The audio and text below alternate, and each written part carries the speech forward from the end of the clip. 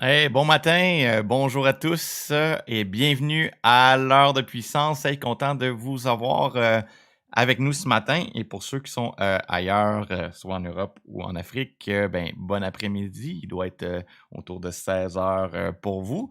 Donc, hey, juste saluer quelques personnes là, qui se connectent présentement. Il y a la sœur Raymonde qui est là. Daniel Drisdel, bonjour, bon matin. Jen Gis Koutou qui est présentement là, Pierrette et d'autres personnes aussi qui commencent à se connecter ce matin. Je suis vraiment excité.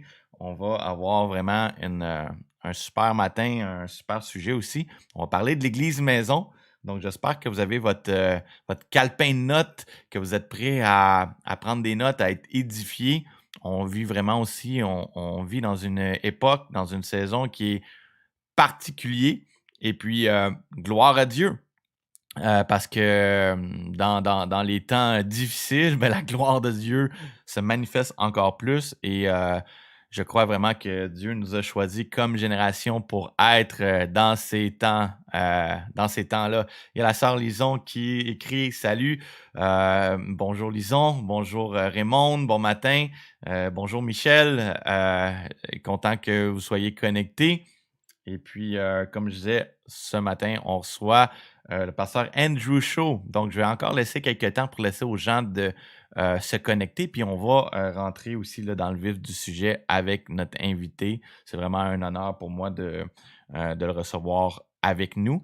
Et puis, si vous avez des requêtes de prière, si vous êtes malade, vous avez des douleurs dans votre corps, peu importe, prenez le temps aussi là, de l'écrire dans le chat. Et puis, ça va faire un plaisir aussi de prier pour vous à la fin. Et en même temps, si vous avez quelques questions que ce soit à propos du sujet, à propos de l'Église maison, à propos de ce qu'on va parler, si vous avez une question pour notre invité, ben écrivez-le dans le chat aussi pour ça va même en étant live, ça va faire vraiment plaisir d'y répondre là, le mieux de nos connaissances. Puis autant là pour Andrew. Donc, on va juste ouvrir en prière aussi. Donc, hey, Père éternel, Dieu Tout-Puissant, on vient devant toi et on te remercie pour ce temps dans ta présence, ce temps avec toi. Je te prie, Seigneur, de toucher chaque personne sur ce live ce matin qui écoute, qui entend ta parole, que chaque personne puisse être édifiée, inspirée, aussi encouragée dans ces moments-là qu'on vit présentement, qu'on est dans la fin des temps. Et Seigneur, tu viens chercher vraiment une église glorieuse. Et Seigneur, qu'on puisse être prêt à faire l'œuvre, Seigneur, que tu nous as appelé à faire, qui est d'aller par toutes les nations, de prêcher l'Évangile, de faire des disciples et de baptiser les gens au nom de Jésus, du Père, du Fils, du Saint-Esprit. Seigneur, on veut te donner toute la gloire aussi ce matin et qu'on puisse aussi, que tu puisses aussi ouvrir nos yeux sur ta façon de faire. Seigneur, on veut, notre désir, c'est vraiment de te servir, de te plaire. Puis on a cette passion-là pour les âmes et on veut retourner, Seigneur, à ce mouvement initial de ton esprit dans les actes des apôtres. Seigneur, que tu puisses, Seigneur, nous montrer la voie, que tu puisses nous inspirer. Je te prie de bénir aussi Andrew qui est présent aussi ce matin avec nous. Au nom de Jésus que j'ai prié. Amen. Donc, sans plus tarder, on va aller avec notre invité Andrew. Donc, Andrew, comment ça va? Ça va très bien par la grâce de Dieu. Merci beaucoup pour l'invitation et bonjour à tout le monde. Je suis content d'être là parmi vous. Amen. Puis, et puis, c'est vraiment un honneur aussi pour moi. Puis, je suis très excité de t'avoir avec nous ce matin, puis qu'on puisse parler sur le sujet de l'Église maison. Puis, tu sais, on a parlé hier, puis on disait comment aussi que c'est un sujet qui était, comment dire, rare aussi. On parlait du DMM. Les gens ne savent pas. On va expliquer un peu c'est quoi. Mhm. Mais on parle de quelque chose d'excitant, quelque chose qui se fait dans d'autres pays. Ben, juste commencer par toi un peu. Rapidement, je sais que pour les gens qui connaissent pas Andrew Shaw, en passant, vous pouvez aller sur la chaîne de MCI. Vous allez voir son histoire, son témoignage. Donc, prenez le temps d'aller voir ça. Mais sans entrer dans tous les détails, là, peut-être parler un petit peu à propos de toi, qui tu es, puis d'où tu viens. Ouais, OK. Alors, moi, je suis né à Montréal. Mes parents sont coréens. moi, mon témoignage, c'est à l'âge de 3 ans, mon père a été assassiné par fusillade pendant qu'il travaillait dans un magasin. Ça m'a beaucoup affecté parce que j'avais beaucoup de haine dans mon cœur. J'ai commencé à faire la drogue quand j'étais très jeune. J'ai commencé à être très rébellieux, même avoir le problème avec la loi. Mais après, à l'âge de 19 ans, non, à l'âge de 17 ans, j'ai eu une expérience avec Dieu où ma mère m'a envoyé à une retraite spirituelle et c'est là où j'ai eu ma première rencontre avec le Seigneur, où Dieu s'est vraiment révélé à moi comme mon Père céleste et voilà, je me suis repenti pour la première fois. Et progressivement, j'ai commencé à changer et à l'âge de 19 ans, c'est là où j'ai décidé vraiment de donner ma vie à Jésus à 100% et c'est là qu'il m'a complètement transformé, il m'a changé mon cœur, je suis devenu une nouvelle personne. Et il m'a donné un fin pour vraiment lire la parole et de prier. Et après cela, j'ai eu la révélation de la réalité de l'éternité et la réalité que Uh-huh. cette vie sur cette terre est vraiment rien. C'est comme un vapeur, la Bible nous dit. Et j'ai commencé à prier à Dieu. J'ai demandé à Dieu, c'est quoi la raison pour laquelle je vis? Et ce que j'ai reçu dans mon esprit, c'est que la raison pour laquelle je vis, c'est de gagner le maximum d'âmes possible pendant que je suis sur la terre. Et Amen. c'est depuis ce jour que je suis devenu un fou pour Jésus. J'ai commencé à aller dans les rues, prier pour les malades, aller porte à porte, évangéliser. Éventuellement, j'ai eu le courage de prendre un micro et commencer à prêcher dans la rue. Et voilà, par la grâce de Dieu, aujourd'hui, je suis pasteur, je dirige une église maison et on a déjà quelques d'autres groupes qui sont en train de se commencer ici à Montréal. Wow. Puis, c'est justement notre sujet, l'église maison ce matin. Pourquoi l'église maison de un? Puis aussi, tu avais commencé l'église de façon traditionnelle. Ouais. Je veux que tu me parles de ça, la transition. Puis tu m'as aussi parlé qu'à un certain moment, même quand tu es sauté, que tu as fait la transition à l'église maison, que dans le fond, tu répétais la formule de l'église dans l'église maison. Puis tu t'es rendu compte que ça marchait pas. Je trouvais ça très intéressant parce Ouais. que j'ai expérimenté ça aussi. Ouais. Je fais l'église dans les maisons aujourd'hui. Et Mhm. puis, vraiment exclusivement, là, dans le sens qu'il y a pas de c'est l'église de maison, puis il y a pas de dimanche dans la bâtisse, il y a pas d'église traditionnelle. Mais parle-moi de ça. Pourquoi l'église maison? Pourquoi la transition? Ce que tu as vécu aussi en copiant, tu t'es rendu compte, donc je te laisse parler. Ouais. Moi, je savais toujours que l'église maison était biblique. Alors, j'étais toujours pour les églises maison. J'étais jamais contre les églises maison. Nous, on a commencé avec un groupe de jeunes qui sortaient dans les rues évangéliser. On allait dans les hôpitaux prier pour les malades et on a commencé un petit groupe chez moi. Et éventuellement, on a commencé à faire l'église, mais on a fait l'église comment on était enseigné, comment le faire. Parce que Mhm. nous, on a une certaine méthode euh, qu'on comprend de l'église qui est pas forcément biblique. Comme par exemple, il y a une structure qui est très stricte qu'on est habitué. Comme par exemple, Mhm. on commence avec la prière, après c'est la louange, après c'est la prédication du pasteur, après c'est les annonces, et après c'est fini, tout le monde Les va à la dîmes maison. offrandes, Ouais, exactement. voilà. Il y a vraiment A, B, C, D. Ouais.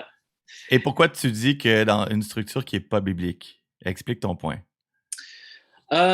Mais aujourd'hui, comme si je donne l'exemple de les églises qui sont dans l'Ouest, la stratégie, c'est d'avoir un bâtiment. Quand tu dis l'Ouest, on parle de l'Occident ici, là, en Oui, Amérique et l'Europe. OK. oui, exactement. En Amérique et Europe, nous, on est habitués aux églises bâtiments, les grandes églises. Et Mhm. c'est pas que c'est mauvais, ça fait beaucoup, beaucoup de bien. Mais la stratégie traditionnelle, c'est d'avoir une église, inviter tout le monde dans l'église, grandir l'église. Euh, et c'est très difficile à amener la multiplication avec ces méthodes parce qu'il y a beaucoup de finances, il y a beaucoup de différentes choses qu'on doit faire qui rendent difficile la multiplication. Mais si on regarde simplement dans les livres des apôtres, actes des apôtres, les disciples réunissaient dans les maisons et commençaient des cellules de maison et à travers ces cellules-là, ils se multipliaient. Alors, et c'est comme ça que le réveil est venu. Les gens se évangélisaient, formaient les disciples, après ils formaient les disciples pour faire les disciples, pour faire les disciples. Alors, c'était comme, voilà, la multiplication. mais le modèle qu'on a aujourd'hui, c'est très difficile parce qu'on est focusé sur un pasteur et tout le monde est Mhm. là pour venir écouter la parole. Mais c'est comme si on est formé à être des auditeurs de la parole et pas les faiseurs de la parole. Et, euh, Ouais, et c'est ça le problème qu'on voit aujourd'hui. On pense que c'est juste le pasteur qui doit faire le ministère, mais en réalité, on est tous appelés à former des disciples, on est tous appelés à enseigner. Jésus a dit de former les disciples et enseigne-les à faire tout ce que je vous ai prescrit. Euh, exactement. et c'est ça. Alors, l'Église maison, ça permet aux disciples d'être des disciples et non seulement des personnes qui vont à l'Église. Donc, comment qui est arrivé ton defining moment? Parce que là, tu fais l'église traditionnelle, si on veut, et là, Ouais, de changer, parce que c'est vraiment drastique, de dire, OK, on arrête, on lâche le local, on lâche l'église traditionnelle, ouais, et puis on fait l'église. Comment que c'est arrivé? Tu croyais déjà en l'église maison, mais ouais. d'arriver là à le faire et quitter un peu toute la recette que tu faisais ou la tradition, Ouais. comment tu es arrivé là? Comment ça s'est passé? Ce qui s'est passé, c'est que je suis allé en mission en France. J'ai fait un peu de ministère. Et aussi, mais c'était aussi un temps de retraite où j'ai pu passer beaucoup de temps avec le Seigneur, dans la prière, dans la parole. Et il y a un livre qui m'a beaucoup inspiré, ça s'appelle Church Planting Movements, Mouvement Est-ce que d'implantation d'église. et l'auteur, c'est? David Garrison. Donc, vous pouvez peut-être retrouver ça sur Amazon. Ouais, OK. David Garrison. Ouais. Alors, j'ai lu ce livre et ce livre, ça documente les réveils qui se passent mondialement. Alors, tous les mouvements de multiplication des disciples et les mouvements d'implantation d'église. Alors, ça documente, par exemple, les mouvements en Chine, en Iran, en Inde, en Afrique, où il y a des grands réveils, des grands mouvements de multiplication, où il y a toutes les villes, les villages, des villes, même les pays qui donnent leur vie à Jésus. Et Mhm. ce qu'on a remarqué, c'est que dans tous ces mouvements-là, dans tous ces réveils mondialement, il y a certains principes qui sont en commun. OK. Okay? Et ça nous explique comment l'Église traditionnelle euh, empêche ces genres de mouvements-là. OK. Et après, j'ai lu un autre livre qui s'appelle Mega Church to Multiplication. OK. L'auteur, c'est Chris Galanos. Et lui, c'est un pasteur qui avait un méga church. Il avait une grande église de 10 000 âmes. Mais Wow. lui, il s'est posé la question, comment il peut gagner 1 million d'âmes? Tu vois, même s'il avait 10 000, ça l'a pris 10 ans pour avoir 10 000 âmes, mais Mhm.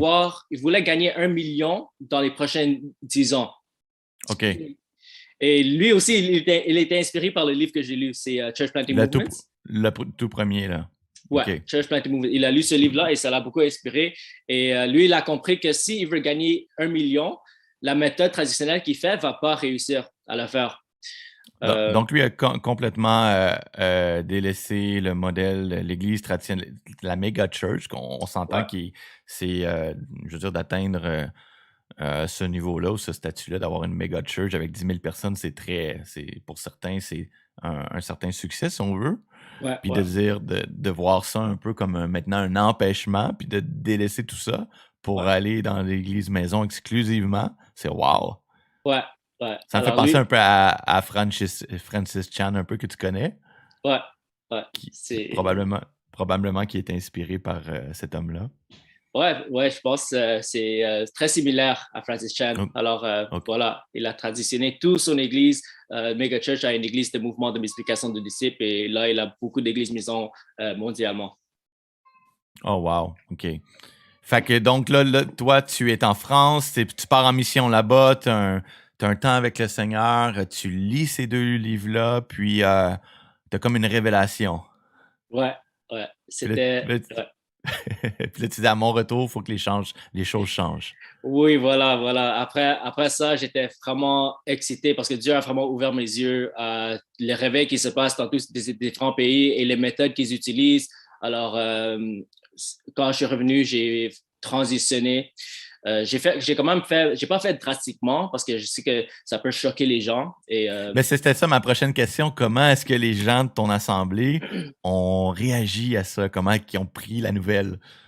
Ouais. La plupart des gens, ils étaient réceptifs parce OK. que quand même, c'est des gens qui sont solides dans la foi, que j'ai une bonne relation avec eux. Comme les leaders que j'ai établis, c'est les gens qui sont très proches à moi et on a quand même la même vision. Alors, Mhm. quand j'ai amené cette vision-là, ils étaient vraiment excités et voilà, les membres aussi. Mais il y avait aussi la résistance. Et, et c'est tout à fait normal. Même Oui. même le pasteur, donne un avertissement. Souvent, les pasteurs qui décident de transitionner leur église traditionnelle à une église de multiplication, ils disent qu'il y a beaucoup de gens qui résistent et il y a beaucoup de gens qui partent. Et Mhm. voilà, nous, on a vu un peu ça. On a vu des gens qui n'étaient pas totalement d'accord avec le mouvement, qu'ils n'avaient pas la même vision. Et c'est normal et euh, on comprend parce que nous, on était élevés de faire l'Église d'une certaine manière. Alors, on pense que c'est la bonne manière de le faire. Et ça peut être difficile à sortir de cette tradition-là pour Ouais. aller dans une tradition, une méthode de mouvement de multiplication de disciples. Mhm. Euh, ouais. Alors, il y avait quand même les gens qui sont partis, mais on a quand même un groupe solide qui sont vraiment 100% pour la vision. Qui à partir de ce moment-là, ces leaders-là, que ça commence à se multiplier. Oui, voilà, exactement. Alors, les leaders ont catché la vision et ils étaient vraiment excités pour commencer des groupes déjà. Alors, en ce moment, on a déjà plusieurs groupes qui ont commencé, par la grâce de Dieu. Amen. Puis, comment dire, ça peut être facile. Ben, je veux qu'un peu aussi tu expliques à ceux qui écoutent ben, la différence aussi entre peut-être le modèle aussi organique de l'Église puis traditionnel. Parce que ce que je comprends, c'est que là, tu as commencé à faire l'Église maison, mais tu as un peu copié-collé le culte à tes départs. Tu as copié-collé la formule du culte dans l'Église et que Ouais, tu as ramené ça dans la maison. Donc, ouais, dans les maisons, il y avait le temps de louange, il y avait les actions de grâce, le témoignage, après le pasteur qui prêche un message pendant 45 minutes, les gens mangent un biscuit, prennent un café, la prière de la fin et les gens retournent chez eux. Et ouais, là, tu t'es rendu compte que ben, c'est pas ça que tu voulais. voilà, voilà. C'est ça. Alors, en fait, c'est vraiment récemment qu'on a vraiment totalement transitionné le modèle. Parce que je voulais comment faire ça petit à petit pour pas trop choquer les gens. Mhm. Alors maintenant, c'est différent dans le sens où, comme chez moi, on est comme une trentaine, parfois une quarantaine de personnes. Euh, Wow. ouais, alors avant, c'était juste une personne qui prêchait la parole. Souvent, c'était moi qui prêchais ou j'ai demandé à un de mes leaders. Euh, mais tout récemment, on a vraiment décidé de faire un format de ce qu'on appelle un groupe de découverte. Et Mhm. le groupe de découverte, ça permet à tout le monde de participer, mais comme on est quand même nombreux, on a décidé de se diviser en groupes. Alors parfois, on a 4-5 groupes et on utilise la méthode de groupe de découverte qui est basée sur 7 questions. Et cette méthode-là est utilisée mondialement où il y a les mouvements de multiplication de disciples. Et, voilà. Et c'est une méthode très simple et très facile à dupliquer. Et voilà, c'est basé sur les 7 questions et on lit la parole de Dieu ensemble, on se pose les questions par rapport à la parole. Et aussi, on a commencé à prendre plus de temps dans la prière et aussi laisser l'espace à la Saint-Esprit d'œuvrer. Alors, si par exemple quelqu'un a une parole de prophétie, une parole d'encouragement, requête de prière, on laisse le Saint-Esprit agir et on n'est pas fixé sur une Une méthode, structure. structure, voilà. Comme on voit Exactement. un peu dans le livre des Corinthiens, qui dit, si quelqu'un parmi vous a un psaume, un chant, un encouragement, une exhortation, une révélation, que tout soit fait en ordre, mais que chacun puisse avoir la place pour l'apporter. Puis à tour de rôle. Là. Oui, justement. En fait, on a médité ce passage en tant qu'Église. Et après qu'on a lu ce passage, on s'est dit, tu sais quoi, on va commencer à mettre ça en pratique dans notre Église. Alors, c'est que ça qu'on fait en ce moment. Wow, wow. Puis je relate beaucoup avec ce que tu dis parce que c'est ce que je vis présentement, c'est ce qu'on vit. Mm. Puis et ça change pas que dans le sens que l'aspect de laisser plus la place au Saint-Esprit puis avoir plus comment dire, une réunion qui est organique, ça veut pas dire qu'il y a pas de structure puis il y a pas de leader. Oui, Mmh, oui. mmh, Mhm. Mais la vision ou la croyance, c'est que chaque personne a Jésus en eux et que Jésus peut s'exprimer au travers de chaque membre du corps. Exactement. Donc, on Exactement. laisse la place à Jésus de s'exprimer dans nos frères, nos sœurs, Mhm. et que tout soit fait pour l'éducation, l'encouragement et puis pour le bénéfice du corps. Amen. Et d'y aller aussi, comme tu disais, par question, plutôt qu'un monologue aussi, puis une prêche, un enseignement. Mhm. Mais là, ça fait que ça l'ouvre aussi une conversation dans le groupe où ce que chaque personne y va avec aussi ben, la vision et l'interprétation que le Saint-Esprit lui donne. Fait qu'un frère va dire: «Ah ben moi, je vois ce verset-là, il me parle de telle façon», et l'autre sœur à droite va dire: «Ah ben moi, j'avais vu ça de telle façon et moi, ça me parle». Puis tout le monde vraiment est béni, tout le monde est encouragé. Puis c'est vraiment spécial aussi de faire l'Église de cette façon-là. Puis aussi, moi, ce que j'ai trouvé, c'est que tu bâtis beaucoup aussi l'esprit familial. Les liens sont très, Mhm. très forts. Mhm. Puis on prend le temps de manger ensemble. Nous, on fait un potluck. Les gens viennent, on dîne ensemble, on prend le repas du Seigneur ensemble. Et puis, c'est vraiment comme la famille. Amen. Ouais, ça, c'est une des grands bénéfices des églises maisons, où c'est vraiment, comme tu as dit, c'est une famille. C'est comme on est forcé à être, de bâtir des relations. Redevable? Ouais, être Oui, redevable, bâtir des oui. relations, être dans chacune de nos vies. Euh, et c'est différent. Dans les églises du bâtiment, c'est plus difficile à faire ça parce que la Mmh. structure euh, permet pas vraiment de bâtir des vraies relations. Alors souvent, beaucoup de gens expérimentent l'Église, comme ils vont à l'Église, ils écoutent la prêche, ils font la louange et voilà, après ça, ils vont à la maison et On regarde la montre, on se dit: «Ah, il approche midi, je commence à avoir faim». ouais. Mais là, les restaurants: «Ah, j'ai pas mon passe sanitaire, faut que je parte plus tôt». Oh, ouais. Et aussi avec la réalité de ce qu'on vit présentement. C'est quand Jésus dit, comment dire, les portes de l'enfer ne prévaudront point, hein, contre l'Église. Mhm. On voit aussi avec les circonstances, la pandémie, toutes les mesures sanitaires, où on voit que l'Église traditionnelle aussi a mangé un coup aussi. Et Ouais. de voir aussi cette ségrégation-là, moi, j'ai eu plusieurs personnes qui m'ont appelé de dire, ben moi, dans mon église, maintenant, c'est terminé. Je veux dire, à cause du pass sanitaire, je peux plus entrer. Même des pasteurs qui n'étaient pas vaccinés, puis qui se sont vus la porte fermée à leur propre église. Mhm.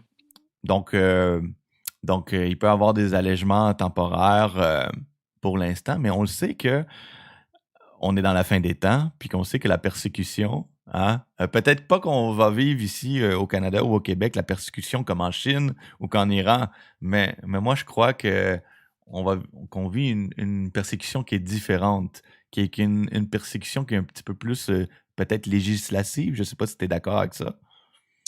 Euh, Désolé, je ne sais pas si ça veut dire quoi, législative, là. Ben, c'est au niveau des lois, tu sais que c'est vraiment au niveau des lois Ah, que les gouvernements viennent ouais, enlever ouais, les droits de l'Église ou de plus en ouais, plus, et qu'on est ouais. de plus en plus restreint dans notre liberté. Oui, oui, oui, bien sûr. Je vois quand même si c'est pas au niveau que les gens vivent en Chine ou en Iran où les gens sont vraiment tués ou envoyés en prison, mais au Canada, ça devient de plus en plus pire et on voit quand même beaucoup de similarités en ce moment. Il y a des Mhm, pasteurs qui sont en prison. Il y a un pasteur pasteur Pawlowski, il est en prison en Alberta parce que lui, il ne suit pas les mesures sanitaires. Euh, mhm, et les réunions deviennent plus en plus interdites ici. Alors, mhm. si par exemple les gens t'attrapent faire des réunions de culte, tu peux avoir des amendes, tu peux aller en prison. Alors, c'est quand même similaire de ce qu'on voit. Ça devient de plus en plus similaire de ce qu'on voit dans les autres pays où il y a la vraie persécution. Ouais, Mais ce que j'ai remarqué, c'est que là où il y a la persécution, il y a toujours le réveil qui vient après. Euh, exactement. Même avec les actes des apôtres, c'était comme ça. C'est la persécution qui a vraiment amené la multiplication. Et en Chine aussi.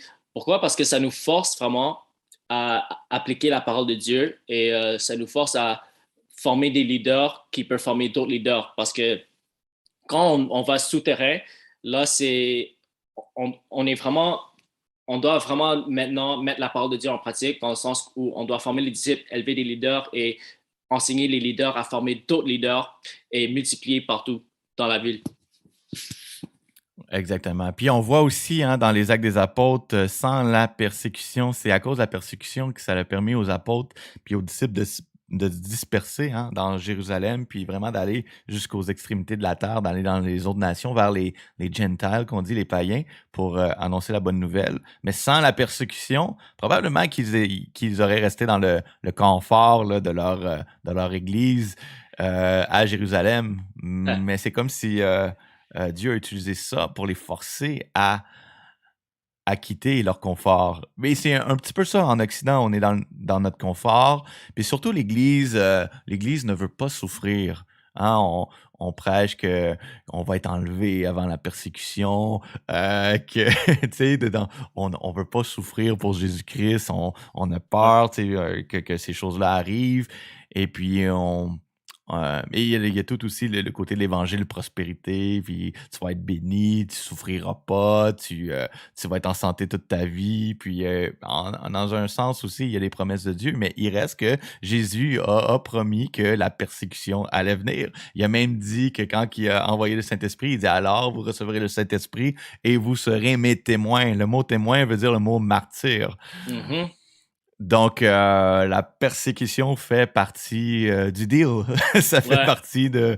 Et malheureusement, et d'être dans cette pensée-là, de cette croyance-là, de dire, ben non, je veux pas souffrir ou je veux pas être persécuté, ou même de dire, ben Jésus vient chercher ton église avant même la persécution. Ben c'est un peu faire un déshonneur, je trouve, à l'église en Iran ou à l'église en Chine, qui, eux, ont tellement souffert, tellement de martyrs, qui ont souffert pour l'Évangile, mais ici, au Québec, on veut pas souffrir pour Jésus. C'est ça. Ouais. Comme tu as dit, la persécution, c'est une promesse. C'est pas un choix, c'est pas une option. La Bible nous dit que tous ceux qui veulent vivre une vie pieuse vont souffrir la persécution. Alors, on doit être prêt à cela. Et ça vient de plus en plus. Même si la persécution n'est pas exactement la même ici, nous c'est plus le rejet, ou les gens qui vont te regarder bizarre, les gens vont mal parler de toi. Ça, c'est la persécution qu'on vit ici, mais avec toutes les restrictions, ça devient de plus en plus physique, on peut dire, comme on voit dans les autres pays. Ouais. Mm-hmm. Puis parle-moi un peu, parce qu'on a j'ai écrit dans la description aussi le mouvement DMM. Dans le fond, on est en train d'en parler un peu, mais DMM, qu'est-ce que ça veut dire? Et puis, ça a été fondé par qui, ou tu sais, qu'est-ce que ça mange en hiver? Ouais, alors DMM, ça veut dire Disciple Making Movements. En français, on peut traduire ça comme mouvement de multiplication de disciples. Et ça, c'est un mouvement qui est mondial, où les gens utilisent des principes de multiplication. Et il y a beaucoup de différents mouvements. Il y a au moins 1400 mouvements mondialement. Et en moyenne, chacun de ces mouvements-là sont au moins, si je ne me trompe pas, 100 000 personnes. Alors, mondialement, total de disciples qui ont été gagnés à travers ce mouvement. En ce moment, statistiquement, la dernière fois que j'ai vu, c'est 73 millions. 73 millions de personnes. Ouais. Wow, à travers le monde. Ouais. Et puis, comment dire, on parle pas de gens juste qui sont venus à Jésus, on parle de disciples qui font des disciples qui font des disciples. Oui, exactement. Parce que c'est basé sur... Ouais. Il y a une différence entre dire une croisade de Reinhard Bonnke où 63 millions acceptent le Seigneur et 63 millions de disciples qui font des disciples, ce qui est vraiment incroyable. Ouais, exactement. C'est vraiment basé, parce que ce mouvement-là est basé pas sur le membership, pas sur juste inviter les gens à l'église, mais c'est basé sur l'obéissance. Alors, à travers les stratégies de multiplication, chaque disciple est formé à devenir des disciples qui obéissent la parole de Dieu, qui partagent les paroles de Dieu et qui forment d'autres disciples, qui commencent des groupes dans les maisons. Alors, quand on parle de disciples, c'est vraiment des vrais disciples, pas seulement les gens qui vont à l'église. Mhm. Exactement. Puis tu parles de que ce mouvement-là est fondé et basé sur certains principes. Est-ce que tu as certains principes que tu peux énumérer ou que tu peux partager avec nous? Oui, bien sûr. Numéro un, c'est pas basé sur un homme, c'est basé sur la parole de Dieu. Parce Mhm. que nous, on est habitués à élever le pasteur, élever le prophète, élever les apôtres, et tout le monde pense que c'est eux qui doivent faire le ministère. Mais c'est différent dans le sens où c'est vraiment basé sur la parole de Dieu et chaque personne est équipée à mettre la parole de Dieu en pratique. Alors, chaque personne est équipée à évangéliser, à opérer dans leurs dons, à former les disciples, voilà, à être une lumière dans le monde. Et même les réunions, c'est pas focusé sur le don d'une seule personne. C'est focusé sur la parole de Dieu et sur l'Esprit de Dieu. Alors ça, c'est un des principes qui est très important. Deuxièmement, la prière est très importante dans ces mouvements-là. OK. Mondialement, dans ces mouvements-là, le moyen de temps de prière de chaque disciple, c'est au moins 2 heures. Il passe au moins 2 heures par jour dans la prière. Wow. Ouais, alors ça, On est loin de ça ici. ouais, on est loin de ça ici. Et moi, j'ai vraiment encouragé les gens à mon église de faire au moins 1 heure par jour, même si on n'est pas, parce qu'on n'est pas habitué, je voulais pas faire trop strict là. Oui, Je oui, me suis oui. dit, ouais, je me suis dit, on va essayer de faire au moins 1 heure par jour, au moins 1 heure ensemble en tant qu'église par semaine. C'est ce que Euh, j'allais te dire. Est-ce que vous le faites en personne, en présentiel, ou est-ce que vous vous réunissez sur Zoom ou c'est oui, comment vous le faites? on a 2 réunions en personne. OK? Et on a deux, 2 ou 3 réunions par Zoom. Ouais, on a plusieurs réunions de prière dans la semaine. Wow. OK. OK. Donc, les 2 réunions que tu dis, ça, c'est à part la réunion où ce que vous vous rencontrez pour le dimanche? Les 2 Non, réunions en ça personne? inclut, désolé. OK, ça inclut. Ouais, Donc, ça inclut. tu as ta réunion du dimanche, tu as, la réunion de prière en personne plus 2 autres réunions sur Zoom Oui, exactement, c'est ça. pour former. OK, parfait. Donc, ça donne juste une idée. Donc ça, c'est le premier principe, donc qui est basé, on disait, basé sur, la parole de Dieu, pas un homme ou pas un pasteur où ce qu'on s'attend à lui et c'est lui qui prêche toujours et puis que tous, les dons sont sur lui et 2e point, tu disais que, la prière est un principe très important, que les gens qui sont dans ce mouvement-là du DMM à travers le monde, que ce soit en Iran, en Chine, ils vont prier un minimum de 2 heures par jour, c'est ça? Oui, exactement, c'est ça. Ensuite de ça?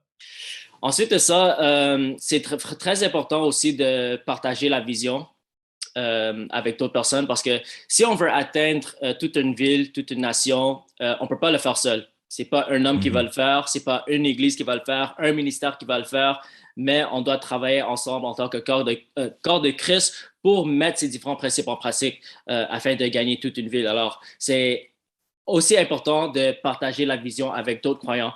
Euh, c'est comme, par exemple, Jésus nous a dit de prier pour les ouvriers. Même avant qu'il a envoyé ses disciples dans la moisson, il a dit prier pour les ouvriers parce que les ouvriers sont peu. Alors, on doit prier pour les ouvriers, on doit travailler avec nos frères et sœurs en Christ pour avoir cette même vision, pour gagner toute notre ville, notre pays, notre nation à Jésus. Après ça, c'est aussi important de sortir parmi les perdus. Et Mmh. la stratégie qui est utilisée, c'est la stratégie de ce qu'on appelle trouver une personne de paix. Ouais. Alors, ça, c'est la stratégie principale que les mouvements de multiplication des disciples utilisent pour former les disciples, implanter des églises maisons et multiplier. Alors, c'est comme, par exemple, quand Jésus a dit, quand vous entrez dans un village, Ouais. d'abord, il a dit prier pour les malades, chasser les démons, mais après, il a dit il faut trouver une maison de paix. Oui. Il faut trouver quelqu'un qui va t'accueillir, qui va te nourrir, et tu vas rester dans cette maison. Il a dit de ne pas aller de porte à porte, mais reste dans cette maison, investis-toi dans cette maison. Et c'est comme ça qu'on va gagner pas seulement les disciples individuels, mais les familles. Et Alors, c'est ce que j'ai remarqué, c'est à ce moment-là, quand il dit que tu trouves une maison de paix, une personne de paix, c'est pas de dire, OK, continue à évangéliser à l'extérieur puis trouver plein de monde. Non, il dit, arrête de tout ce que tu fais et reste dans la maison, dans cette maison-là de paix et consacre ton temps, investis ton temps et ouais, puis reçois de tout ce qui t'offre à manger. ouais. Et ouais, c'est vraiment... moi, ça m'a ouvert les yeux quand que j'ai vraiment réalisé ce passage-là, de dire, OK, vraiment, quand on trouve sur une personne, puis après, dans cette personne-là, dans son réseau, dans ses amis, dans sa famille, c'est pas de dire, OK, là, je t'invite à mon église. Ouais, Sinon, exactement. c'est, on va faire l'église chez toi. Ouais, ouais, Et à partir de chez toi, on va aller voir tes amis, tes frères, tes sœurs, tes moitiés, puis on va aller trouver une autre personne de paix, right? exactement. C'est les C'est, personnes. c'est, vrai- c'est Ouais. difficile un peu à comprendre parce que c'est vraiment l'inverse de ce qu'on est enseigné dans l'église. Ouais, c'est vraiment différent. Et même moi, quand j'ai compris ce principe, ça a vraiment transformé la manière de laquelle je vois l'évangélisation. Euh, Parce que j'ai compris que la manière le plus efficace, c'est trouver une personne de paix. Et Mhm. à travers ces personnes de paix, on pourra avoir accès à leur cercle d'influence. Alors, Mhm. une personne de paix, c'est simplement quelqu'un qui est accueillant et qui ouvre leur maison et leur maison, c'est-à-dire leur cercle d'influence, leurs amis, leur famille. Et, euh, Mhm. on doit même former cette personne de paix d'être une lumière dans sa famille parce que souvent, les communautés ne vont pas nous recevoir parce qu'on est des étrangers. Mais si quelqu'un est Exact. déjà de la communauté, et souvent une personne de paix, c'est déjà quelqu'un d'influence dans la communauté, là, cette Mhm. personne peut impacter cette communauté-là. Et même cette personne peut établir une église maison chez lui. Et c'est ça le but, en fait. Et c'est comme ça qu'on peut voir la Mhm. multiplication. Statistique qui est très intéressant, c'est que quand dans les actes des apôtres, parmi tous les saluts, comme tous les gens qui étaient sauvés, Ouais. il y en a au moins 33 records de salut où les gens ont été sauvés. Il y a seulement 3 qui étaient individuels. Alors, Mhm. seulement 3 saluts individuels. Et c'était l'apôtre Paul, l'eunuque éthiopien, et le troisième, c'est un homme qui s'appelle Sergius Pilate, je pense. Ouais. Quand tu Euh, veux dire individuel, par là, tu parles de vraiment d'aller rencontrer un étranger. Par exemple, Ananias et l'apôtre Paul, ben, c'est ça, là, de Tarse, hein, ils se ouais, connaissaient pas. ouais, Si on regarde ensuite l'Eunuque avec Philippe, les deux ne se connaissaient pas. ouais. Donc, il y a seulement 3 exemples dans la Bible où un étranger, a été évangélisé quelqu'un dans les actes, où est-ce que cette personne-là est devenue un disciple. Ouais, seulement 3, ou c'était seulement une personne qui a été sauvée. Euh, Mhm.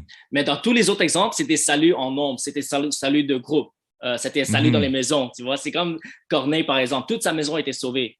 C'est Exact. c'est comme le gardien du prison.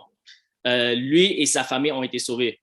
Exactement. La famille de Lydia, il y a tellement d'exemples. Il y a au moins 30 exemples il y a 33 total de saluts et parmi les 33, il y a 30 qui sont des saluts en groupe et seulement 3 en Hmm. individuel. Alors, ça ne veut pas dire que les saluts individuels sont mauvais, c'est bien. On doit toujours chercher des saluts individuels, mais on doit comprendre que si on veut voir un réveil, si on veut voir la multiplication, si on veut gagner toute notre ville, toute notre communauté, tout notre pays, il faut focuser sur les personnes de paix qui peuvent amener toute leur famille au Seigneur Jésus. Mhm. Alors, c'est ça. Amen. Ouais. Amen. Puis, fait que ça résume un peu les principes. Est-ce que tu avais un autre principe que tu as oublié? Les autres principes, c'est aller parmi les perdus. Quand on vote parmi les perdus, mais c'est un peu dans le même principe, mais la stratégie, la manière la plus efficace pour trouver des personnes de paix euh, qu'on voit mondialement, c'est à travers les services. Alors, c'est servir la communauté. Hmm. Jésus, par exemple, lui, il a utilisé le service de la guérison. Il a dit, quand vous entrez dans un pays, guéris les malades, chasse les démons. Et Chasser les démons, après, guérir les malades. ouais, exactement. Alors ça, c'est comme un acte de service. Alors, dans la même Mhm. manière, nous, on est appelé à faire la même chose. On est appelé à guérir les malades, chasser les démons. Et dans ces mouvements-là, on voit beaucoup de miracles, beaucoup de même résurrection de morts. Après ça, il y a beaucoup d'autres. En fait, les manières qu'on peut servir nos communautés sont vraiment illimitées. Il y a vraiment pas J'ai de vu, limite. J'ai vu aussi en Iran que même au niveau de la prière, puis des dons prophétiques, que certaines personnes, comment dire, priaient le Seigneur et recevaient en vision les personnes de paix qu'ils devaient rencontrer, à quels endroits, un peu comme Ananias avec Saul de Tarse. Et puis, Ouais. le Seigneur leur montrait vraiment, OK, il y a telle personne à telle place, qu'elle va la rencontrer. Puis, ce qu'il faut comprendre, c'est que ces gens-là, quand ils sortent en Iran pour prêcher l'Évangile, c'est au détriment de leur vie, là. C'est je sors dans ma maison, mais c'est au péril de me faire tuer. Ouais. Donc, c'est pas comme dire, nous, on sort et puis je peux aller voir mon voisin et puis je vais aller l'évangéliser. En fait, même avant d'inclure quelqu'un dans l'église, ils vont s'assurer d'avoir un entretien en privé pendant plusieurs semaines pour s'assurer même que cette personne-là n'est pas une taupe. Parce que si la personne Hmm. peut venir dans l'église même puis commencer à les dénoncer, puis après ça, ces gens-là peuvent être tués Ouais. pour le nom de Jésus. Donc, c'est Mhm. quand même vraiment incroyable euh, d'entendre ça puis de voir ça. Ouais. Et souvent, c'est même les personnes de paix qui ont la vision et la rêve. Euh, Comme Paul, par exemple. Dieu l'a donné une vision que c'est Ananias qui allait le guérir. Et souvent, on lit des histoires où il y a des personnes de paix qui ont des rêves. Comme j'ai lu ces histoires beaucoup dans les pays musulmans où il y a même les imams, ils ont des rêves, les visions de Jésus. Et Oui. j'ai entendu un témoignage que Jésus il a dit que tu vas rencontrer tel homme et il va t'amener dans le chemin de Dieu. Et ça Hmm. arrive, après, il commence un groupe et ça amène tout un réveil. Alors, souvent, les personnes de paix, en fait, c'est des personnes que Dieu est déjà en train de travailler. C'est déjà des personnes qui sont prêts à recevoir les évangiles. Alors, c'est pas comme si nous, on fait que les personnes deviennent des personnes de paix, mais même avant qu'on les rencontre, ils sont déjà des personnes de paix. C'est déjà des personnes que Dieu a déjà préparées et Exactement. on doit simplement trouver ces personnes-là. Parce que la Bible nous dit que personne ne peut aller au Père sans que Jésus Sans que le Fils l'attire. l'attire. Voilà. Alors, Exactement. c'est pas nous qui le fait, c'est Dieu, c'est le Saint-Esprit. Et nous, notre devoir, c'est de simplement sortir et trouver ces gens-là que Dieu a déjà préparés en avance. Alors, ça rend Exact. le travail beaucoup plus simple et facile. Et quand on comprend ça aussi, on arrête de perdre notre temps avec des gens qui veulent rien savoir de Jésus. Ouais, Parce que Jésus dit, si vous entrez dans une ville, les gens ou dans une maison, les gens veulent pas vous recevoir, secouez la poussière de vos pieds. ouais, ouais. Mais souvent, combien de fois est-ce qu'on veut on veut s'acharner puis s'entêter à investir du temps avec quelqu'un qui veut rien savoir de Jésus? Ouais. Alors, Tandis que quand tu rencontres une personne de paix, c'est tellement facile. Tu oui. fais comme oh mon Dieu, c'était si facile que ça. Et pour les gens qui sont même en live, qui écoutent le live, posez-vous la question pour vous-même. Honnêtement, quand vous êtes venu à Jésus, est-ce qu'on vous a tordu un bras? Est-ce que quelqu'un Ouais. vous a évangélisé à coups de Bible ou est-ce que ça a été facile? Est-ce que ça a été facile? Probablement que ça a été très facile parce que c'est le Jésus qui vous a attiré à lui. Et Amen. puis, vous avez été convaincu par son esprit et parce que quoi? Vous étiez une personne de paix. Donc, Amen. c'est ces gens-là qu'on doit chercher. Amen. Puis, ben, jusqu'à date, tu dis que ça a été très récent, ta transition, ton Ouais. cheminement. Mais Mhm. là, présentement, là, vous êtes dans le Making a Movement Disciple, Mhm. DMM, là, comment on dit en Mhm. français? Ouais. Multiplication, Mouvement comment de on dit en français? multiplication de disciples. Fait que là, vous êtes en train de l'appliquer, vous êtes en train de le faire. Ouais. Et là, quels sont les résultats? C'est quoi la différence? Qu'est-ce que tu vois de différent? Puis aussi dans les gens, dans ceux que tu leads. Puis aussi, des fois, comment on dirait, la peur, c'est de dire, OK, mais là, si on commence des groupes, puis là, on commence à avoir plusieurs groupes maison, ben là, il n'y a pas de pasteur, il n'y a pas de leader, puis comment ils vont faire? Puis non, non, on peut pas laisser la responsabilité dans les mains de nouveaux, puis que là, qui font un groupe de lecture biblique, puis là, qui commencent à faire l'Église. Et ces gens-là ont besoin d'être formés pendant 6 ans, il faut qu'ils aient l'école biblique, il faut que... Mais raconte-moi un petit peu, c'est quoi ta pensée là-dessus? Comment ça fonctionne? Comment que... Ouais. Ouais. Mais pour répondre à la première question, depuis que j'ai vraiment eu cette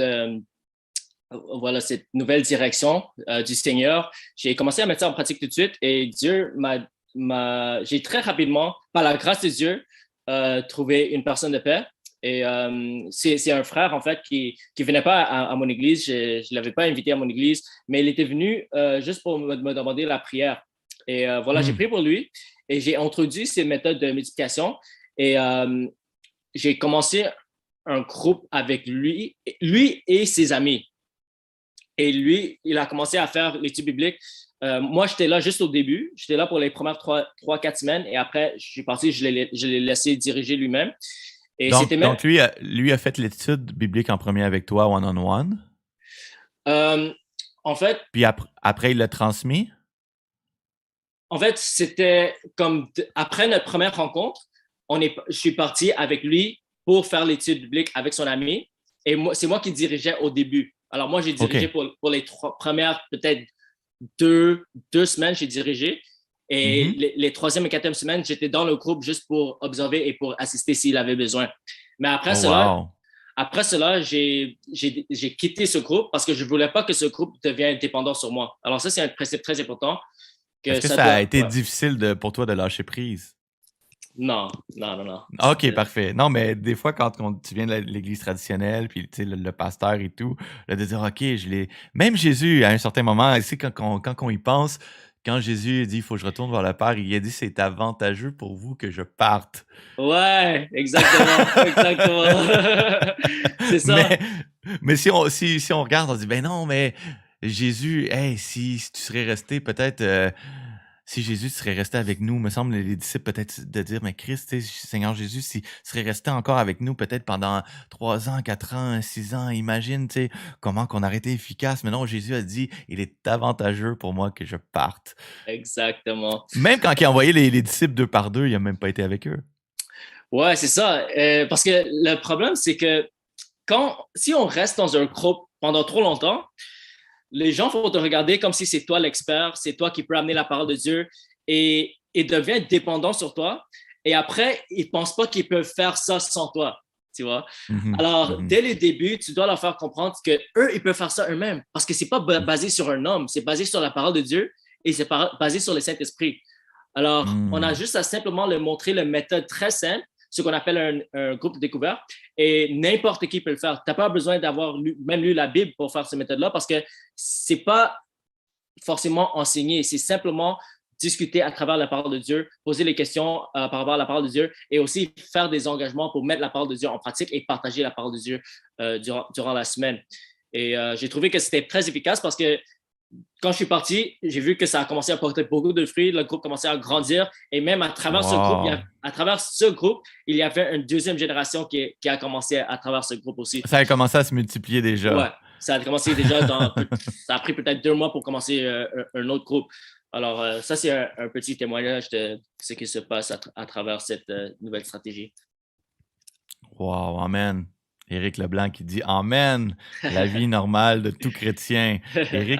Éric qui est à Québec, qui fait aussi l'Église maison d'une façon organique aussi. Oui, Donc, je salue Rachel qui nous écoute, Martine Gauthier. En passant, si vous avez une requête de prière personnelle, si vous avez une question pour Andrew, écrivez-la dans le chat maintenant parce que ça termine bientôt à sa fin. Prenez le temps d'écrire dans le chat si vous avez une question pour le pasteur Andrew. Je pense que ça va lui faire le plaisir d'y répondre. S'il y a quelqu'un de malade ou sinon qui a besoin de prière, ça va faire plaisir de prier pour toi aussi personnellement. Et puis, Andrew, pendant que les gens écrivent dans la chat, s'il y a des gens qui écrivent pour soit une question ou une requête de prière, ben, c'est quoi ta vision là, pour les prochaines années, cette année premièrement, puis qu'est-ce qui s'en vient, puis ouais. Pour moi, ma vision, j'ai vraiment un cœur pour la francophonie. OK? Euh, je sais que la vision de Dieu, c'est de gagner le salut de tout le monde. C'est Mhm. dans Révélation 7, c'est écrit que dans le trône de Dieu, devant le trône de Dieu, il y a les multitudes de différentes nations, différentes tribus, différentes langues qui louent le Seigneur. Alors ça, c'est la vision finale. Mais moi, je sens que je suis vraiment appelé dans la francophonie parce que j'ai vu que dans la francophonie, il y a un grand besoin, il y a un grand manque. Hmm. Ici à Québec, il y a moins de 1% qui sont évangéliques chrétiens nés de nouveau. Ouais. En France, il y a à peu près 1%. Et mondialement, dans la francophonie, il y a 275 millions et il y a seulement 2% nés de nouveau chrétiens. Alors, je vois qu'il y a un grand mouvement et on a besoin de voir un grand mouvement de multiplication des disciples. Alors, voilà, j'ai la cœur pour toute la francophonie. Toutes les nations, oui, mais aussi spécifiquement pour la francophonie, la France, le Canada et spécifiquement Montréal. Montréal-Québec. OK. Je pense qu'il y a un grand besoin ici. Alors, moi, ma OK, vision, OK. c'est pour Montréal, moi, je veux voir un mouvement de multiplication des disciples. Je veux voir un grand réveil à Montréal, à Québec, à Canada, dans toutes les nations. Pour cette année spécifiquement, mon but, c'est de vraiment implanter deux autres églises. Alors, en ce moment, on a officiel, parce que quand je parle d'église, je ne parle pas de groupe de découvert avec les personnes de paix et des familles qui ne sont pas encore nées de nouveau, parce qu'on ne peut pas appeler ça une église tant que tout le monde dans le groupe est baptisé, né de nouveau. Alors, Mhm. pour cette année spécifiquement, on a fait un but de avoir au moins deux autres églises maisons. Et, Donc, pour les gens qui ne comprennent pas, le groupe découverte, dans le fond, c'est une étude découverte de la parole de Dieu qui se fait avec des inconvertis, des gens qui ne connaissent pas Jésus, au travers d'une personne de paix qui, lui, est curieuse. Et puis, on amène cette étude-là dans les maisons où ce que là, ils vont se rassembler juste pour découvrir la Bible. C'est comme une initiation, mais la façon que le groupe découverte est fait, ça les amène à devenir un disciple, devenir né de nouveau et à être baptisé, puis à faire des disciples, puis vraiment de prendre un engagement. Puis à partir du moment que les gens se convertissent puis ils deviennent chrétiens, et là, il y a une église maison qui est établie. Puis après ça, de là, d'autres groupes découvertes commencent avec des gens dans le réseau de chaque personne. Et puis ça se multiplie de cette façon-là dans les maisons. Et ce qui fait que ça crée vraiment plusieurs églises maisons. Il y a deux questions. Il y a Denis Marchand, il dit: est-ce que c'est une nouvelle stratégie ou on parle de stratégie originelle? Alors, ça, c'est une stratégie de la Bible. Dans les Actes des Apôtres, c'est la stratégie de multiplication, c'est la stratégie de Église Maison, c'est les stratégies de trouver des personnes de paix, de gagner les familles à Christ, de se propager partout dans la ville. Alors, on voit cette stratégie-là depuis les Actes des Apôtres. Mais après, avec les traditions qui sont venues après, ça, beaucoup de personnes ont oublié les méthodes bibliques et ils ont commencé à faire les méthodes traditionnelles. Mais après, je ne dis pas que les méthodes traditionnelles, ça a fait beaucoup de bien. Beaucoup d'entre nous ont été sauvés à travers les églises bâtiments, à travers les églises Oui, traditionnelles. Alors, c'est pas comme si exactement.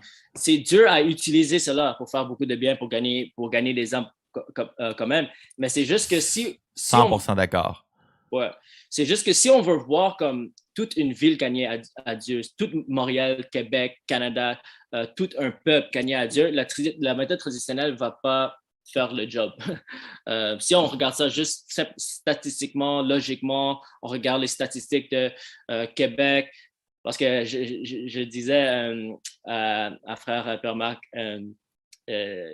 si on continue à faire les méthodes qu'on fait, on va toujours avoir les mêmes résultats. Alors, c'est comme, Exactement. ouais. Exactement. Parce que dans l'Église, on est beaucoup dans une position d'attente. On attend le réveil, on Mm, attend que Dieu envoie des personnes, on attend que les choses changent, mm, mais c'est pas ce que la Bible nous enseigne. mm, exactement. On va aller, j'avais une autre question. Il y a Rachel Saint-Laurent qui dit, Andrew, que faites-vous de la jeunesse? Comment on fait pour les intégrer? Mm. Ah, ça, c'est une très bonne question. Il y a beaucoup de différentes stratégies pour atteindre la jeunesse. Moi, par exemple, j'utilise beaucoup dans l'été. On a utilisé une stratégie d'aller dans les parcs où les jeunes jouaient au basket et Hmm. on a acheté un grand cooler. Je ne sais pas c'est quoi en français. C'est comme Une glacière?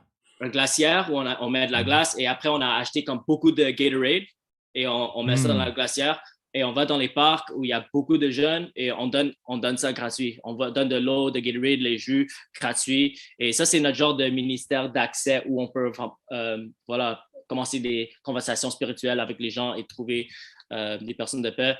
Et Et tu priais pour les malades, j'ai vu dans des terrains de basket, des gens ont été guéris. Ah, ok, ouais, ouais, ouais. Ouais, ouais, voilà, on prie pour les malades, on bâtit les relations. Et moi, j'aime beaucoup le basket. Alors, moi aussi, je joue au basket. Alors, si je ne sais pas si vous avez une passion ou quelque chose, même si c'est le hockey.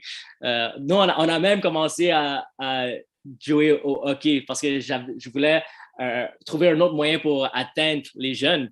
Et j'ai décidé, tu sais quoi, je vais acheter les Fait que patins. déjà, il devait être surpris, un Coréen qui joue au hockey. Ouais, ouais, c'est ça, exactement. Voilà, alors il y a beaucoup de différentes stratégies comme ça. Il y a aussi les réseaux sociaux, il y a. euh, c'est ça, et ce que je suggérerais, c'est de chercher un ministère d'accès, chercher une méthode, comment tu peux servir les jeunes, comment tu peux euh, passer du temps avec les jeunes sans que ça soit bizarre, tu vois, parce que Ouais, parfois on a besoin de trouver une stratégie qui nous donne une raison pour bâtir une relation avec eux. ouais. Et pas forcément juste aller direct avec l'évangile parce que ça, souvent, ça peut euh, amener la résistance. Ça demande de l'investissement, en tout cas, Ouais, et de c'est ça. l'amour. Exactement, c'est ça. Et puis, il y a besoin de prière. Il y a Joanne Bédard a dit, j'ai besoin d'une guérison pour des acouphènes, vibration et spasme cérébral et libération système nerveux. OK.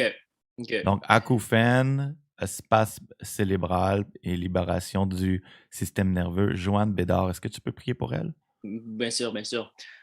Alors, Père, on te remercie que par tes meurtrissures, Joanne Médard est totalement guérie.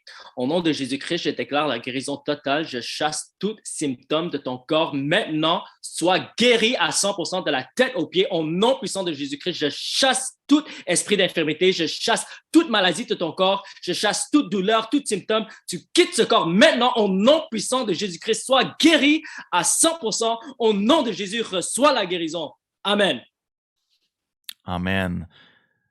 Donc, sois béni, Joanne. Puis, tu peux, s'il y a une façon pour toi de tester tes oreilles, de voir si tu avais des acouphènes, des bruits, peut-être le tester, puis nous réécrire dans le chat, s'il te plaît.